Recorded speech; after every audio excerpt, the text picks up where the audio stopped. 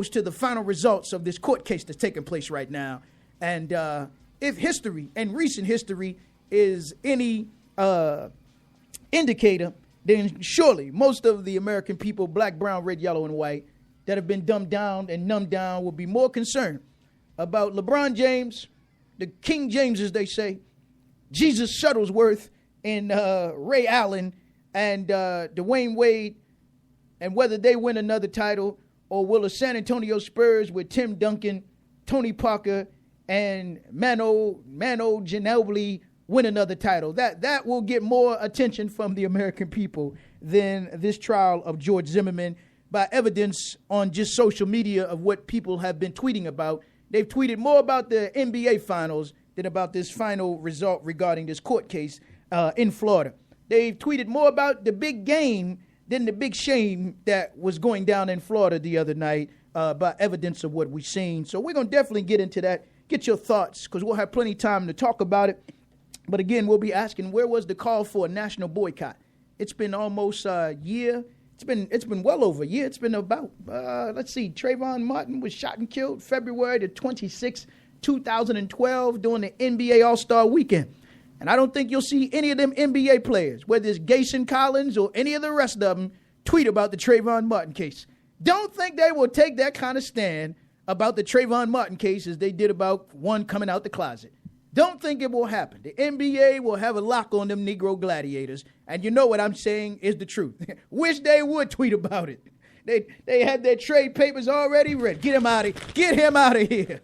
And you know what I'm saying is the God's honest truth. But don't think you'll see any of them, Dwayne Wade, LeBron James, Jason Collins, Gayson Collins, or any other rest of them, tweet about Trayvon Martin and the Trayvon Martin case. So we'll be, of course, doing our own scientific people's poll regarding the case, because as I said before, if we would have used what we have used in the past in terms of, again, economic sanctions, as we saw with the Montgomery bus boycott and other sanctions, then know that this case would not even have gone this far.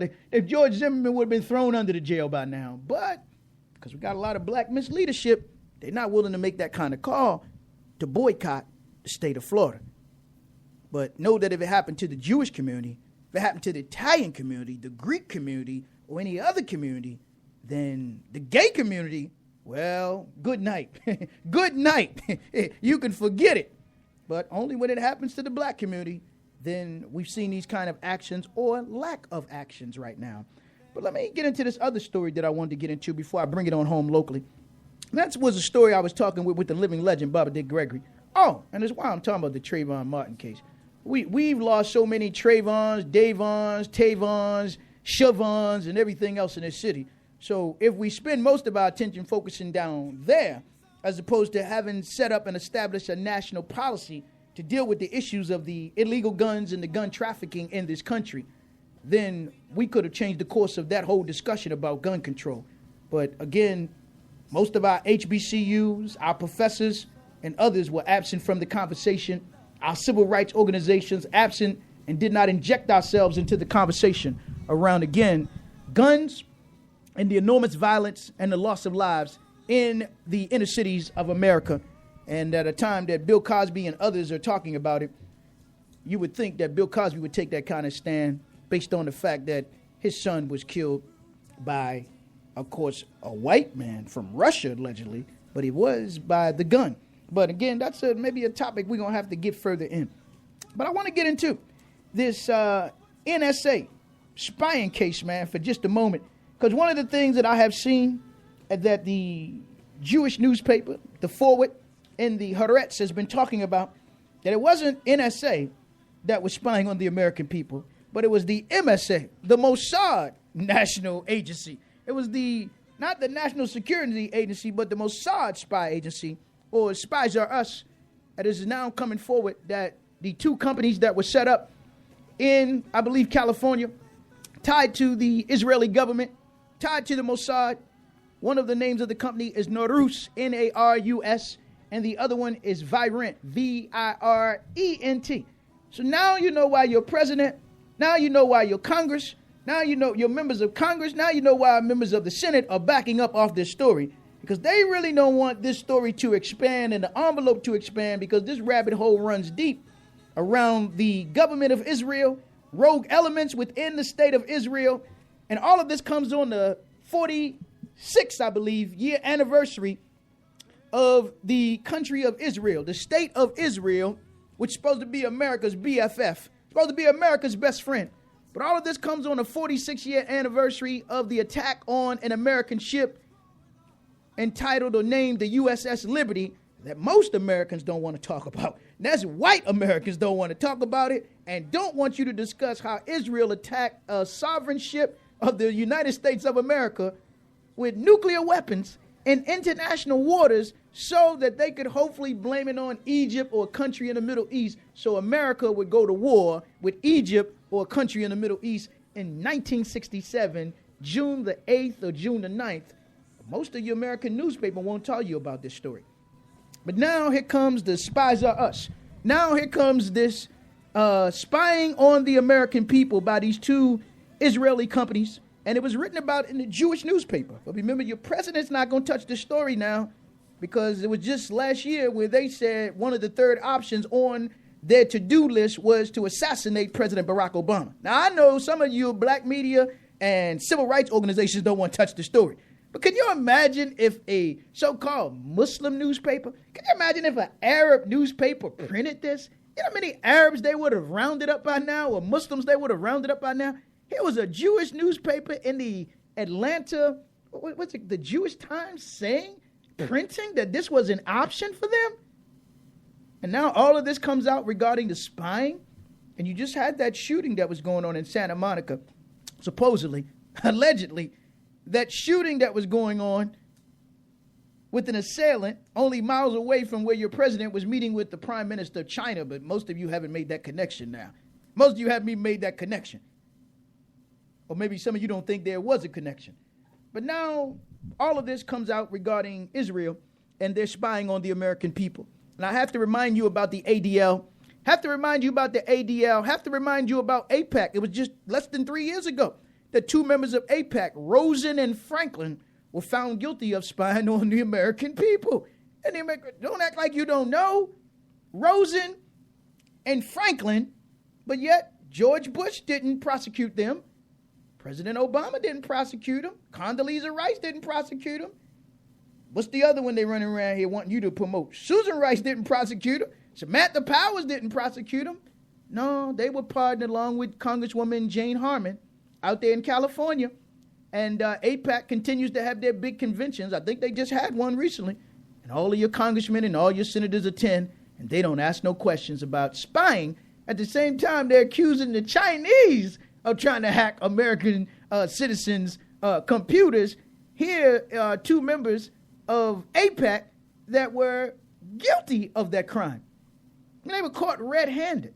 And I have to remind you, as we go back to the future, that it was in 1993 that the ADL was caught spying on civil rights organizations in New York as well as San Francisco.